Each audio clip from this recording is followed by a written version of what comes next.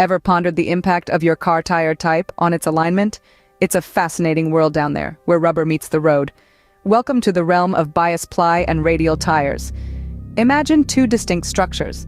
First, a tissue paper ball, layers upon layers crumpled together at random angles. Then, an iron grid, with rods running straight from the center to the edges.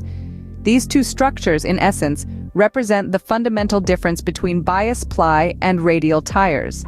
Bias ply tires are like that tissue paper ball. They're composed of layers of rubber-coated fabric woven together at angles, usually around 30 to 45 degrees, to the tire's direction of travel.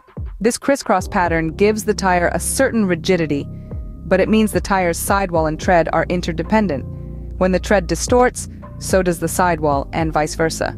On the other hand, radial tires, like that iron grid, are constructed with cords running radially, directly from the bead to the tread across the tire. This design allows the sidewall and the tread to function independently. The result? A more flexible sidewall for improved ride comfort, and a stiffer tread for better road contact and wear. Now, let's throw alignment into the mix. You might be wondering, how does the type of tire affect alignment? Well, because bias ply tires distort more than radial tires when inflated, if you align a car with bias ply tires using the standard factory settings, it won't be correctly aligned. You'll need to account for the distortion caused by the bias ply tires by adjusting the alignment parameters and wheel balancing. In summary, the fundamental difference between bias ply and radial tires lies in their construction.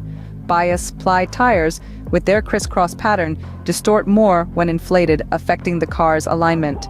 Radial tires, with cords running radially across the tire, offer improved comfort and wear, with less impact on alignment. So next time you're considering a tire change, remember, it's not just about the rubber, it's about the ride.